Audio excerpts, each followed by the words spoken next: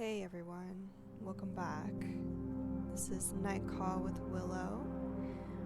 I'm currently recording this in the evening, so it's actually pretty calming. The soundtrack, like I said in the last stream, is actually pretty gorgeous. But I wanna wish everyone well. I hope everyone's doing okay, especially during these uncertain times, but you know, we'll all get through it in our own way. Anyway, let's go ahead and get back into this. I love that intro.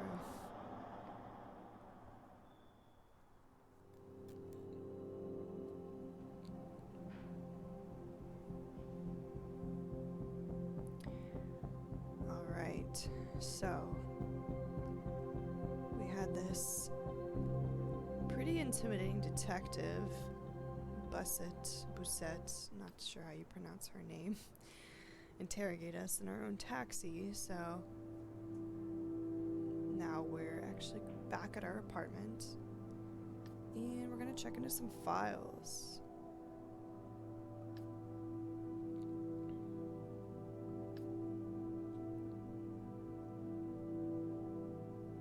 Here we are.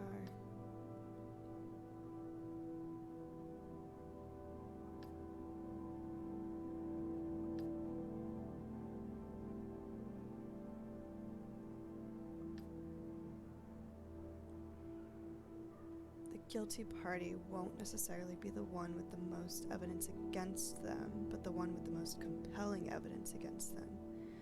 Okay, that makes sense. It's like you're building a story about each suspect. Alright, trying to understand their motives. Understand how he or she got into this situation. Your neighbor flushes the toilet. Out of the corner of your eye, you can see the pipe shake. Oof. It's time to get moving on your investigation. Alright. We are back here, looking at the autopsy report or the board.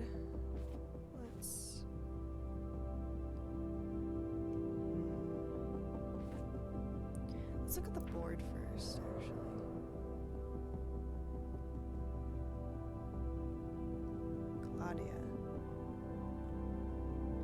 Claudia Campos. Height 1 meter 79 centimeters. Medical examiner in Paris. Escaped from Argentina when she was young. Lost her parents to the Argentinian junta? Paul Marie Fragonard. Retired cop, joined the police in 1977. Divorced from a judge. Born in the French Antilles. Moved to mainland France in 1976.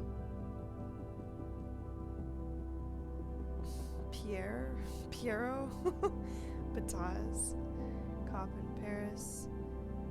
Dad was a cop, financial affairs, died 2 years ago. Mom got health issues after Richton health scandal. Gay in a relationship, never disclosed this information at work. Salim. I'm sorry. Well-known lawyer from St. Quinn. Defender on the Douar case. Defender of several molested kids in poor neighborhoods. Was a promising football player when he was 10. Okay. And Herve, homeless man with an unknown background. Briefly worked for Charles. This is the guy we took in our cab. He's our friend, apparently. Briefly worked for Charles. And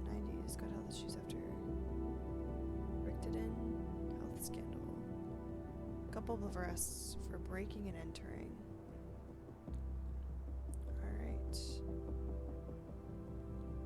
Heard in your taxi. We don't need to move that just yet. Autopsy. To investigate. Ooh, picture of the crime scene. What did I just do? Oh shit. Oh, okay. Oh my god. Oh, okay, the clues are on the board. This makes so much more sense. Okay. Okay.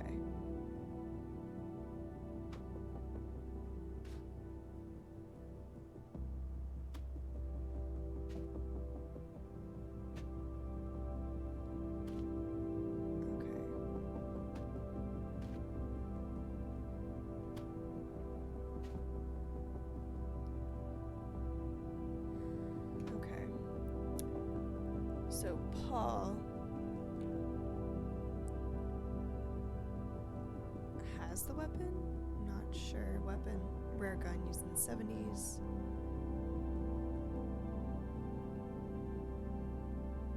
Justice. So there was a message left on the crime scene.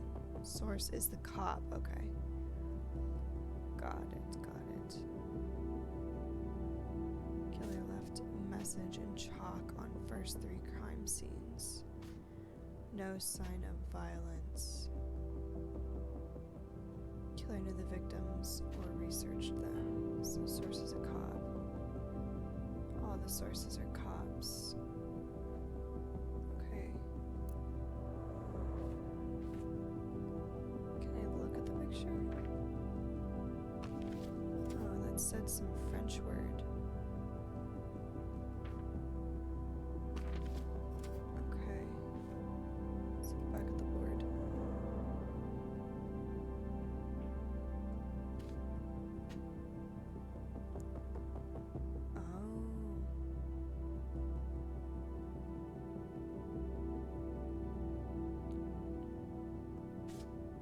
So they both.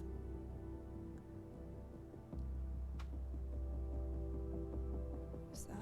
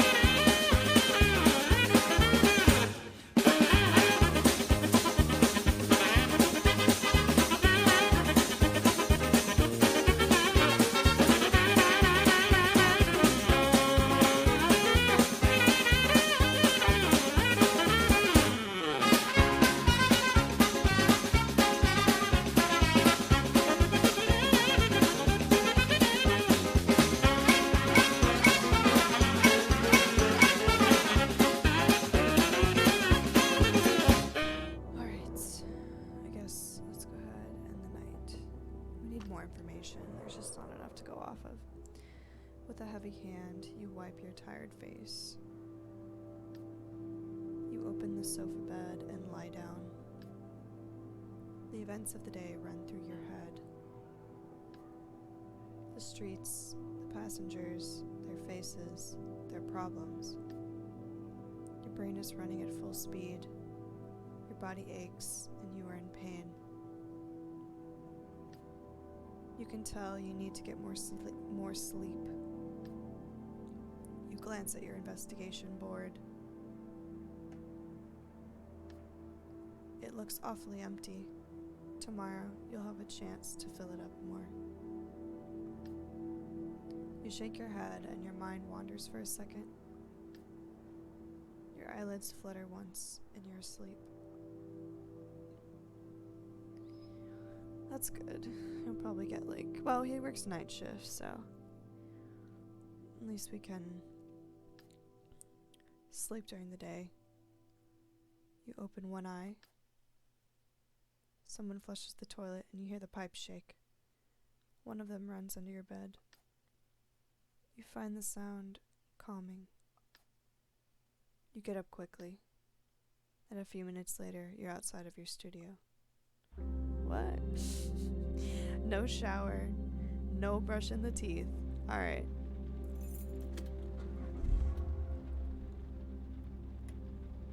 What is this?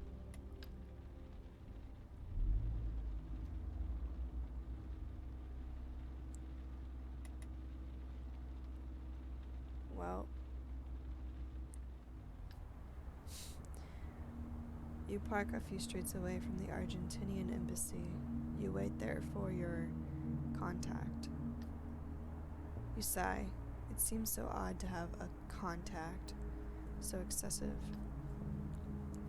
The guy is one of your regulars, poker buddies, a night watchman at the embassy. You get out of your taxi and walk towards the big metal gate. Clean lines, early 20th century maybe, lots of wrought iron. The gate opens and somebody moves toward you. They indicate you should follow them. The person's face is hidden by an oversized hoodie. Your heart starts beating faster.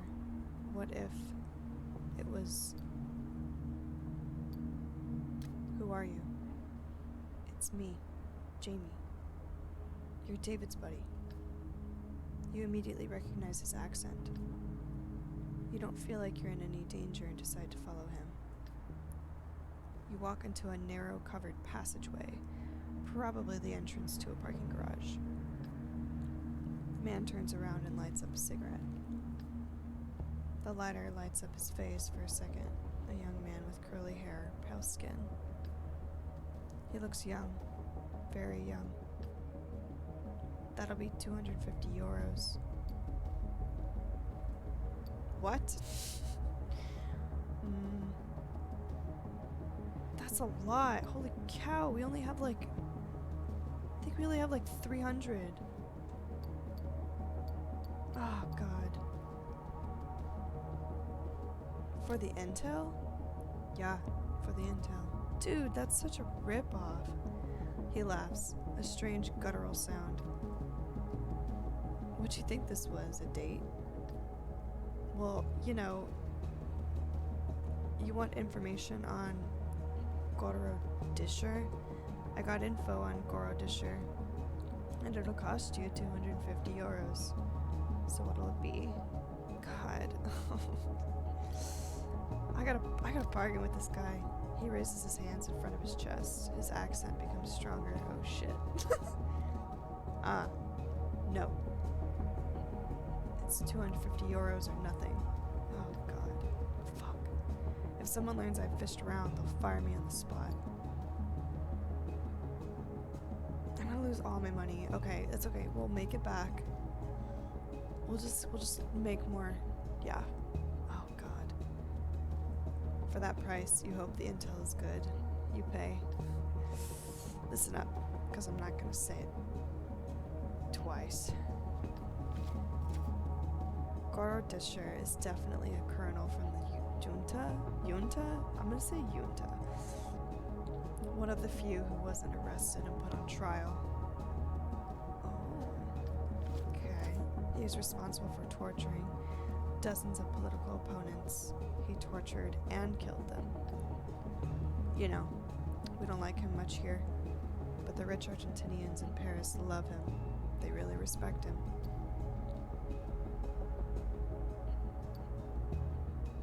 Respected him? Is that all? I read in the newspaper that the killer wrote a message in chalk. Time's up. It was a slogan at the end of the Junta. A sort of watchword from the opponents. It was time for them to go. You get it? You nod. A second later, you're back in your taxi. The hole in your wallet. Yeah. But with new information on one of the victims. If you follow this lead, maybe your investigation will move forward. You start the car and get back to your shift. Yeah, we better get back to that shift. There is money to be made after losing 250 euros. Who's this? Let's see.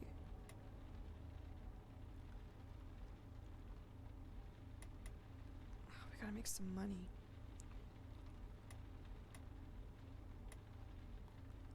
Let's go to the closest guy. We have plenty of fuel. Yeah, let's go pick this guy up. You take a look at your taxi. You'd better remember to clean it at the end of your shift. Okay. 24. That's not bad. You double park and wait for your next passenger to slide into the back seat. He looks at you like he appreciates you and your taxi. He gives you his address. You start driving. A few words are exchanged: the weather, taxes, traffic. Then, you can tell it's coming. The inevitable conversation about the killer. Some bits of information, rumors, things overheard. You make a mental note of what you've heard. Who knows? It might come in handy. Your passenger doesn't make a sound for the next few minutes of the trip. It doesn't bother you. You have enough on your mind. Your investigation, the judge, Busette. You're overcome with a craving to smoke. Don't smoke, kids. You nod slowly and glance at your passenger. Calm and still, he seems far away. Having a good evening? Yes, very good. He slowly turns his head toward you and gives you an odd look, like he is disappointed you're talking to him. Millennials. He watches you closely for another minute and turns back to look out the window. You keep your eyes on the road. The silence becomes heavy. All of a sudden, you feel a strange sense of camaraderie with your passenger. You look at him quickly in the rearview mirror. He doesn't look familiar at all, and yet, it's like you know him. A second later, an outside light shines on his face at a weird angle. It looks like he's smiling. A few seconds later, you drive down his street. He straightens up a bit. You park in front of the number he gave you. He pays his fare without a word. The door opens slowly and he smiles at you. You can tell it comes from the bottom of his heart, despite how uptight he is. You're really a swell guy. You weren't expecting that. By the time you collect your thoughts, your passenger is already far away. He disappears into a building. A moment goes by before you turn the key in the ignition. Aw, he gave a nice tip. You're cool, Sonny. Ooh. Dang, that was... I think we can take one more person before we need to fill up for gas. Let's do this kid.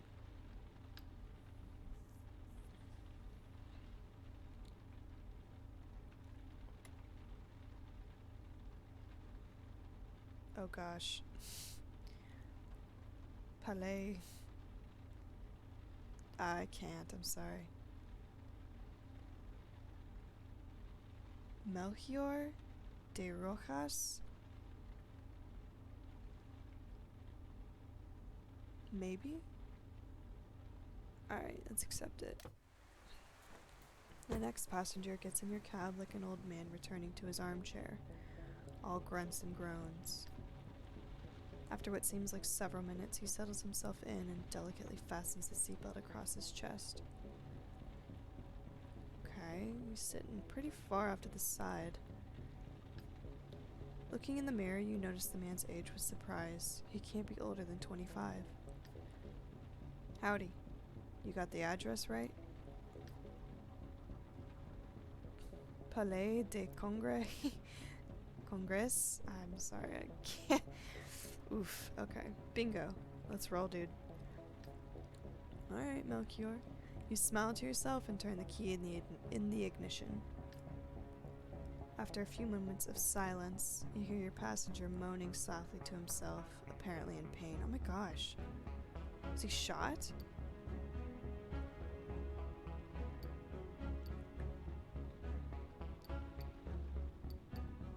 A conference at this time of night? Right? I told them it was a stupid idea.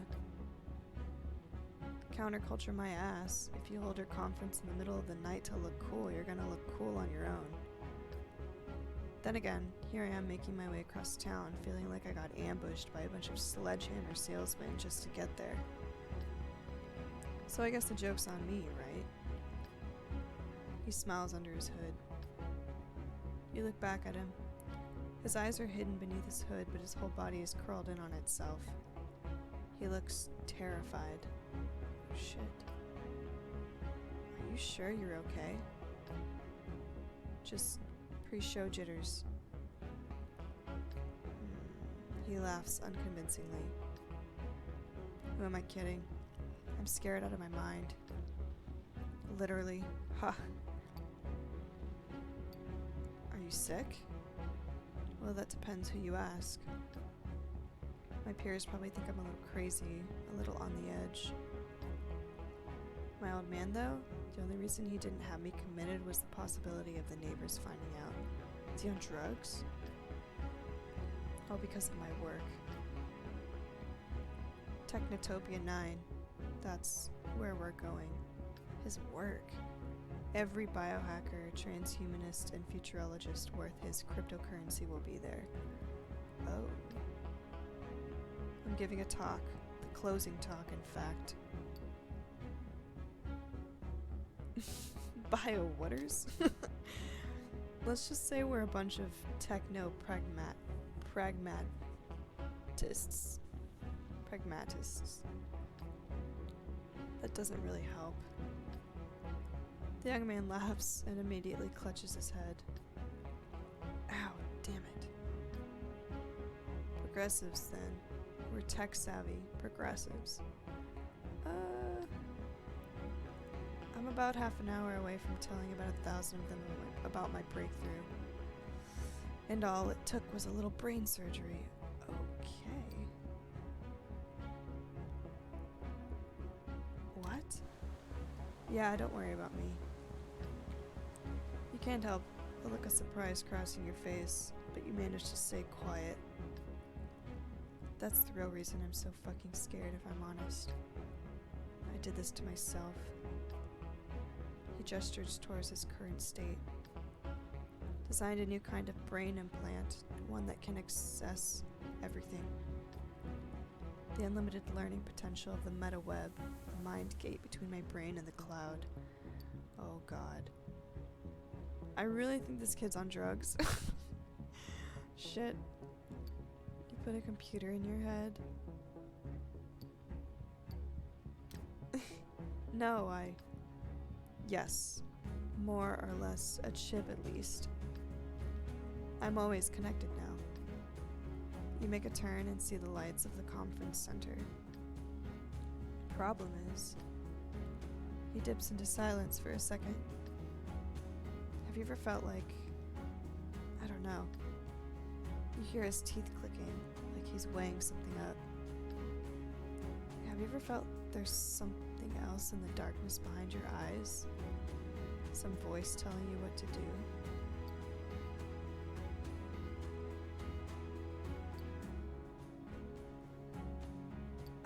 I can't respond to that.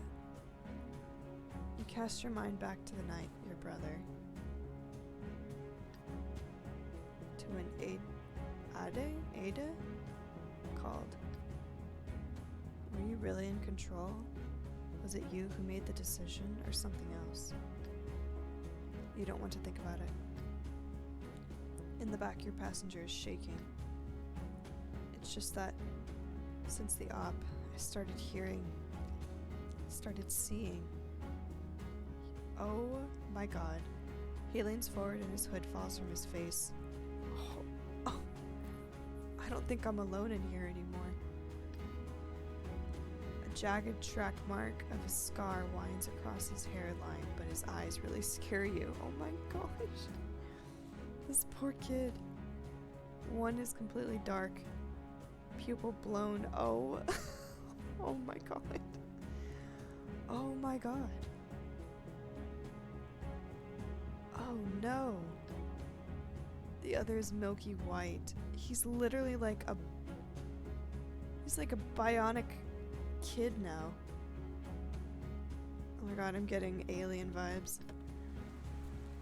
The figure unfastens itself and exists in one fluid movement.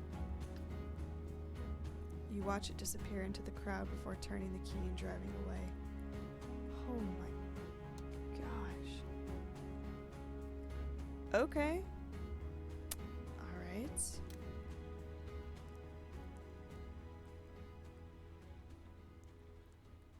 Poor soul. Alright, let's see.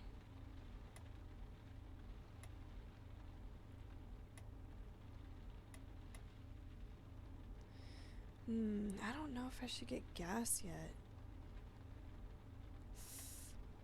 Let's try one more and then we'll get gas. Let's try this guy.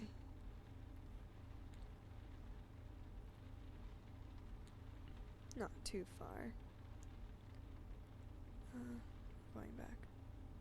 Oh, great. Charles de Gaulle. Gaulle? Gao. Make it snappy.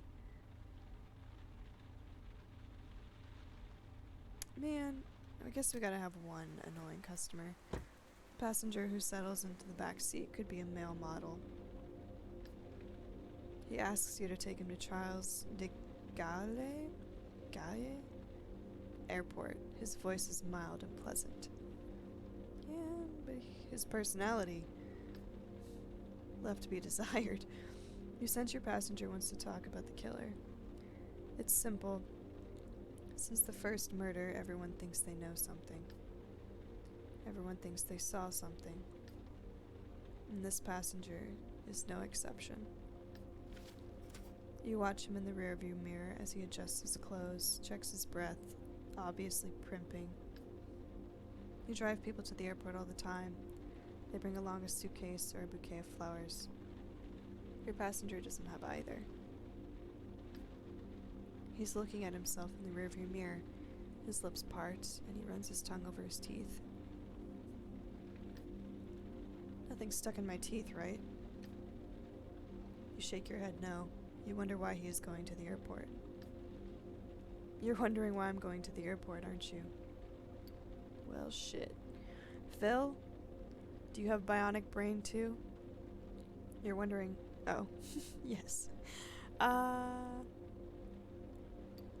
Say nothing. Nah, don't be shy. I'll tell you anyway. But don't tell a soul. It's our little secret. Okay, dude. His voice has changed, as if he were about to deliver a speech. Women today are too smart for us men. Too smart. They're on to us the minute we try to hit on them. He crinkles his nose as if there were a bad smell in the cab. There are dozens of books on how to get lucky, on how to score, but they all make the same big mistake. Do you know what the mistake I'm talking about is?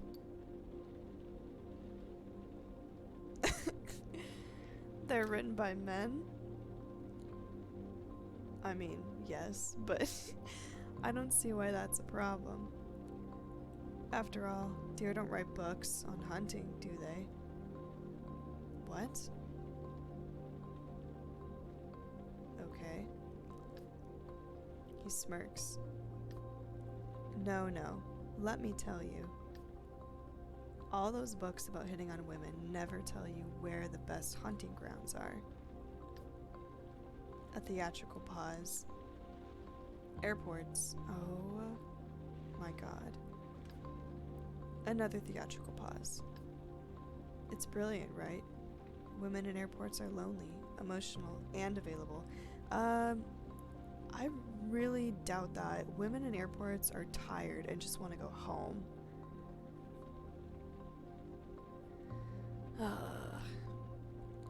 On the street, they're always in a hurry, don't have any time. at the movies or in museums. They don't want to be disturbed. Okay, Phil, hear me out. Maybe it's you. Maybe it's not the women. It's probably because you look at them as if they were, I'm just gonna say the word you said, deer. But at the airport, he's clearly very proud of himself. He remains silent. He crinkles his nose and sniffs again. Is it me, or is there a funny smell in your cab? Wow, okay. Now we're just gonna get back to insults. You sniff too. Sorry, I don't smell anything. He shrugs, then goes back to his monologue. Personally, I prefer older women. Okay, yeah, I have to interrupt him. Like, I can't. Excuse me. Do you mind if I ask you a personal question? No, of course, not at all. Anything to help you understand my game plan.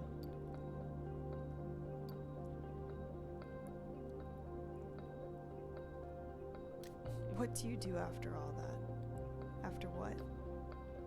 After you get their numbers. Ah, very good question. I rate all the women I talk to, give them stars on a scale of 1 to 5 according to appeal level. I go home and I start sending messages. First to the 3 stars. He drops his voice in knowing tones. They're the easiest, the best looks, / easy ratio. Same thing the next day, with the 4 stars.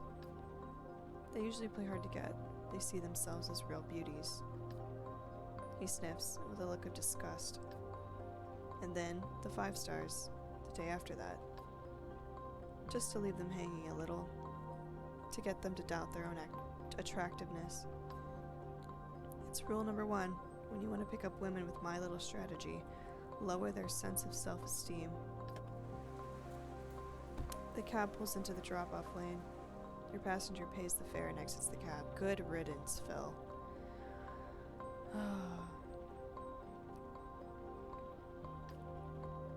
I'm telling you, you should take my advice. It's a piece of cake. Have a good one, Phil. Don't actually please trip on your way out. You just need to come up with a good line or 2. They all fall for it. It's really bizarre, that smell of shit. It seems to be following me wherever I go. Oh, that was actually really brilliantly written. He walks away.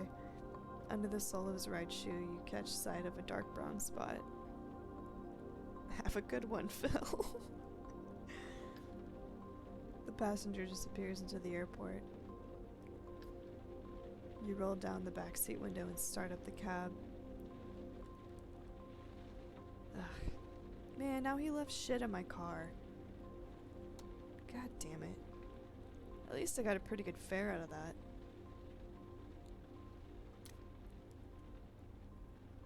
Alright.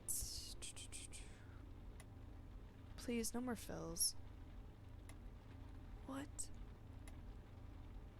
Does the person have bunny ears on?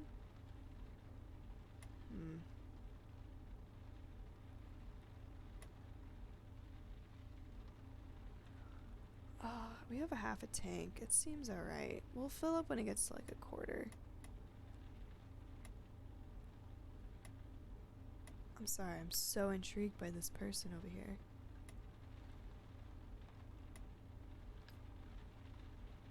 Two teens are walking on the sidewalk. One of them has a huge white rat on his shoulder. Oh shoot, I missed it. Gambetta. Hugo Delaney. Alright, sure. Ah, shit, man. Your next passenger is holding a bow, which he inadvertently pokes in his eye while getting into the taxi. He leaps into the back seat and looks at you with a lost expression on his face. I'm supposed to be at the Gambetta bus station in less than 15 minutes. Your seatbelt. You run the first red light you come across. With little luck, you get this kid to his bus. You see him moping behind you. Shit, was it really that hard to be on time, bro? You shit stain. You can't miss this bus. You just can't, man. Are you calling me a fucking shit stain? Everything okay? Yeah, okay, this might sound a little crazy, but, what do you think of my Gravia outfit? Gravia? Yeah, it's a race in a game. The bow, the helmet, the armor, you know, all that shit.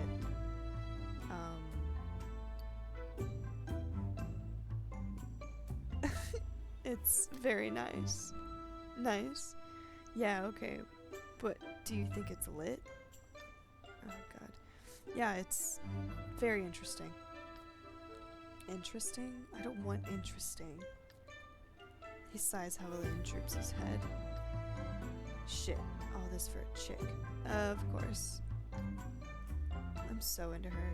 I even started playing her favorite game, Lost Legend 5, to make her like me, but I look like a moron.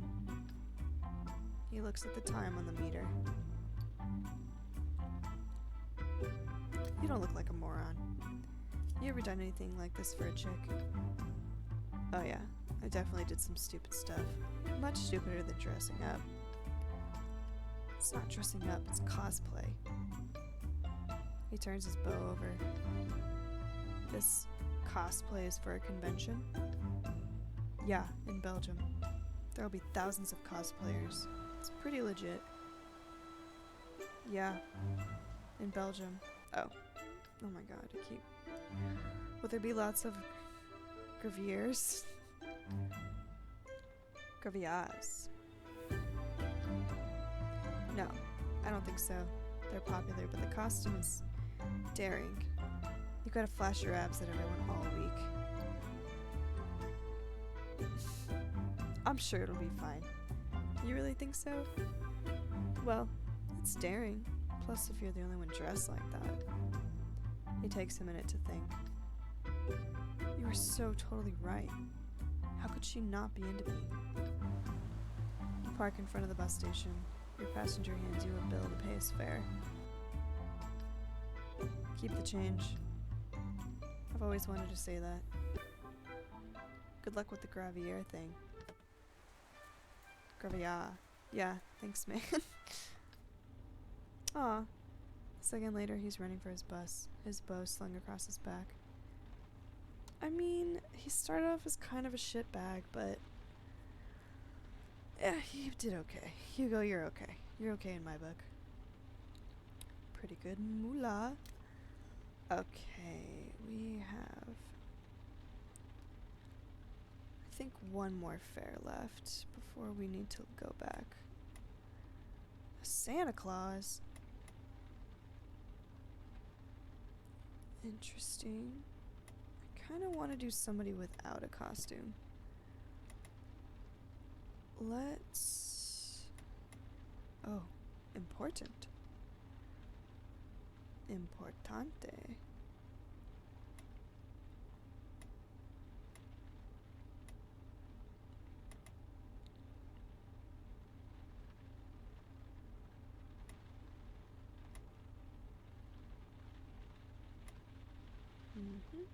Claudia. She must have some more information. You pick up your next passenger in front of the Paris office of the medical examiner, the morgue. When she gets in, you are surprised.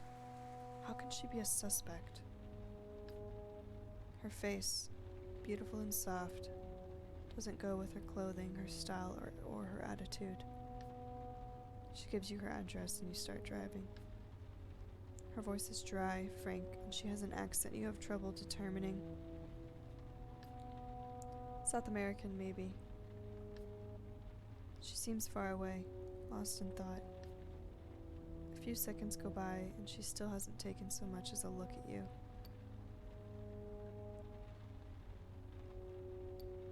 Smile. She seems surprised by your smile and lets it hang there just a second, enjoying the gesture. Thank you. I think I needed that. That accent again. The one you can't place. Where's your accent from? My accent? She raises her head, surprised by your question. Argentina. It must be breathtaking. Yes, it's quite beautiful. She takes a pause. Although it's been years since I've been back. That's a shame. She starts to say something, but corrects herself and finally, in a soft voice, says, Yes, it is a shame. A sad smile runs across her face like a shooting star. A second goes by, slowly, very slowly. Oh, I feel terrible. Then a meteorite explodes, your passenger breaks down. Oh gosh. I have to try and calm her. I feel like that's my fault.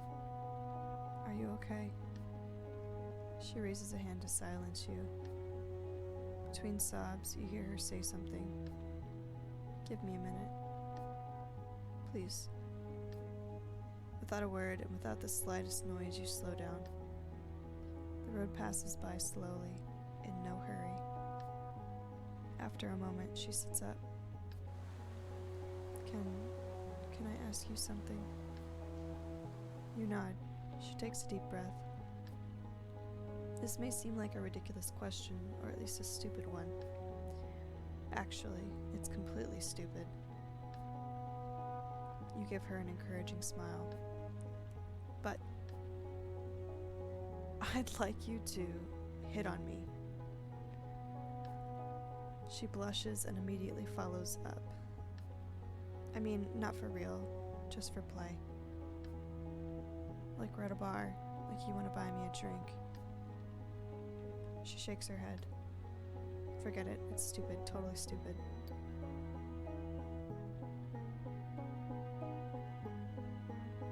Alright, Claudia, sure, why not? Because Lord knows, during quarantine, haven't had any of that, so I will accept it. Sure.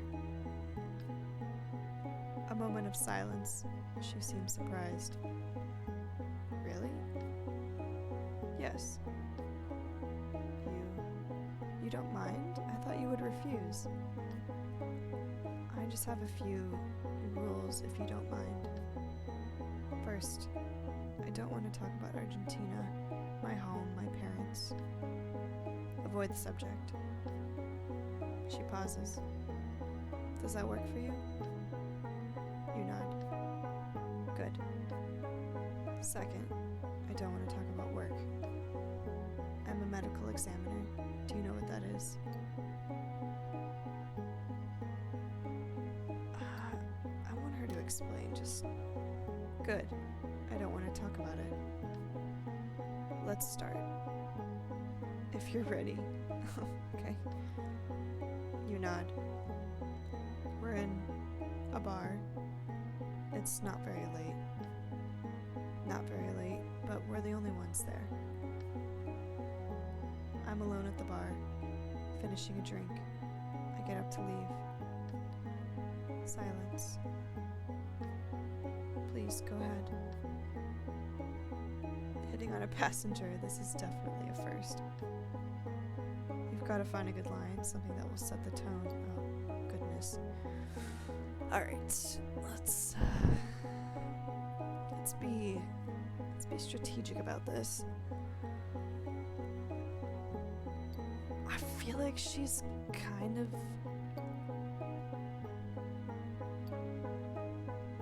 Oh man, I don't want to insult her or offend her. Let's go straight to romantic. Nice evening, isn't it? Hello. Yes, very nice. Her voice is softer, her accent stronger, and it's only just beginning. I was thinking the same thing. I love staying in bars late at night until closing, seeing people make themselves leave. Some have to force themselves, others surrender. It's an odd mix. She sits up a little and points to the imaginary bar next to her. Buy me a drink? Of course. How about a little game? You look like the kind of guy who drinks cocktails. Something sweet. I could be wrong, but... And what about me? What is my kind of drink? She rolls the R on the last word. Something strong.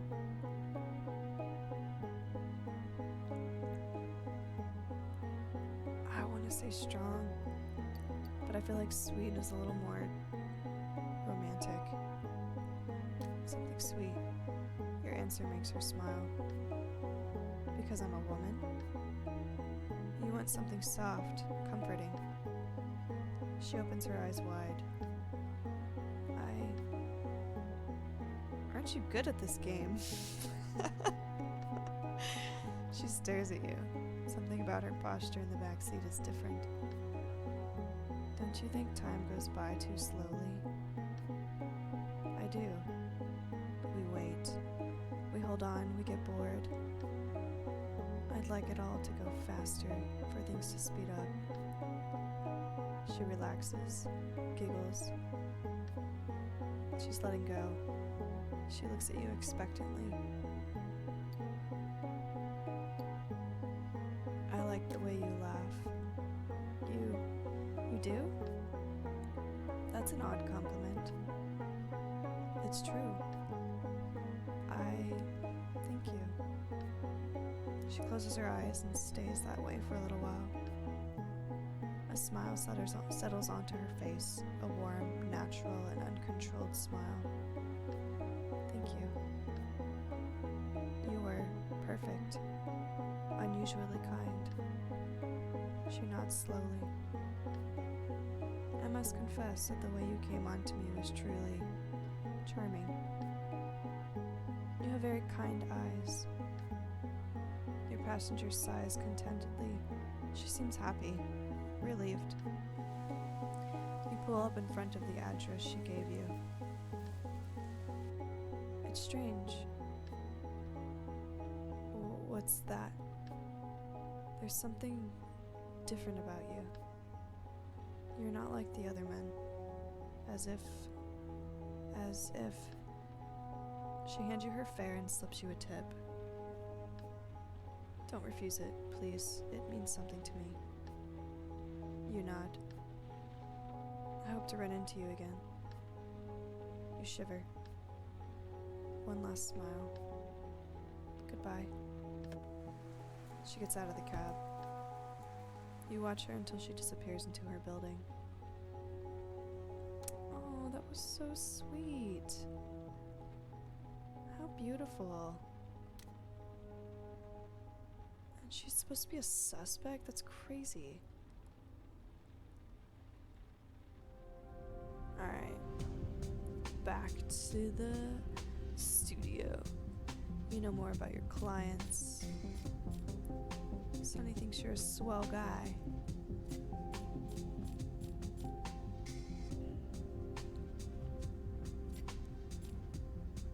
You have met Jim. You have met Phil. We made $181. Make ya holla. You have met Hugo. You cheered Hugo up. You've met Claudia.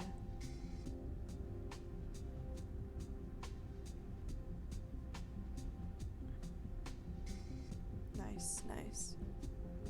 I mean, 163 losses isn't that bad, actually. So...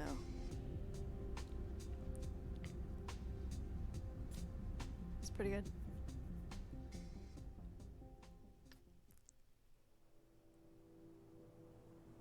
At the foot of your front door, just behind a drain pipe, you notice an envelope. It's thick and heavy. You can just make out your name written in thick black marker on the front. Your real name. Oh, fuck. You take a deep breath and go inside. In the envelope you find more information, just as Busette promised. You lay them on the table. You look at the new evidence on the table. It'll take you a while to read everything carefully. Your neighbor flushes the toilet. Out of the corner of your eye, you can see the pipes shake. It's time to get moving on your investigation.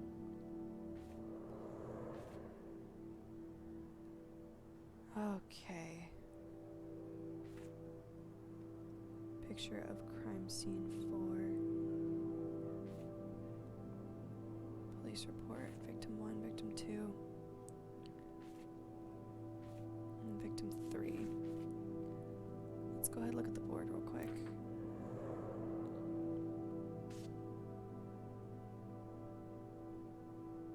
Okay.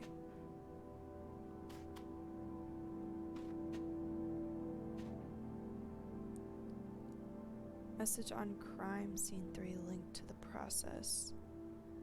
To location.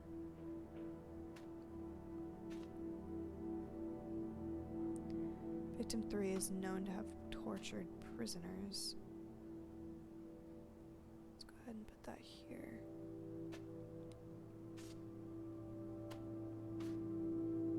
Suspected member of the process.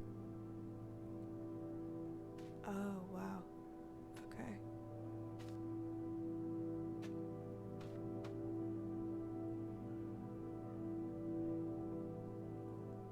Victim 3 equals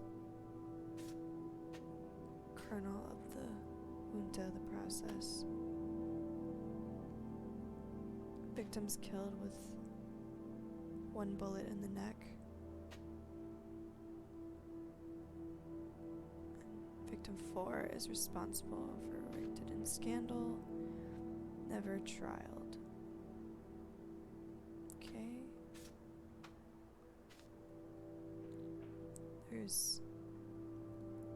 Let's throw this over here because I'm not sure what to do with it. Killer knew the victims or researched them.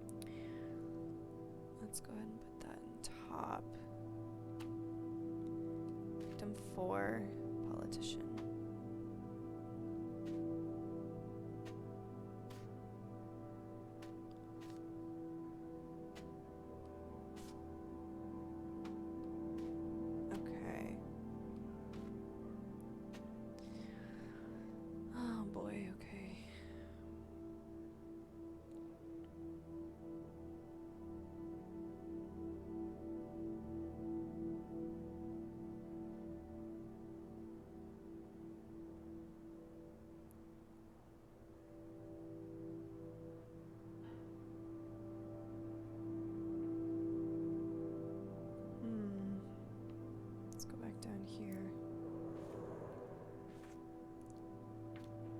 Let's look at the 4th picture. New investigation location. Spent bullet case. That was in the photo. R. Besson. Not enough time. Ah, alright. I didn't know we were timed. Killer's height. Wait a minute. We already have that information. We can just let that go over here. Killer fought with victim 1. Okay. Let's put that right here. Alright. Time to end the night. And also time to end this part 2. I want to thank everyone for tuning in with me for another episode of Night Call, and I hope everyone, whatever time of day you're watching this, has a great morning, evening, or afternoon, and I will see you in the next one. Bye.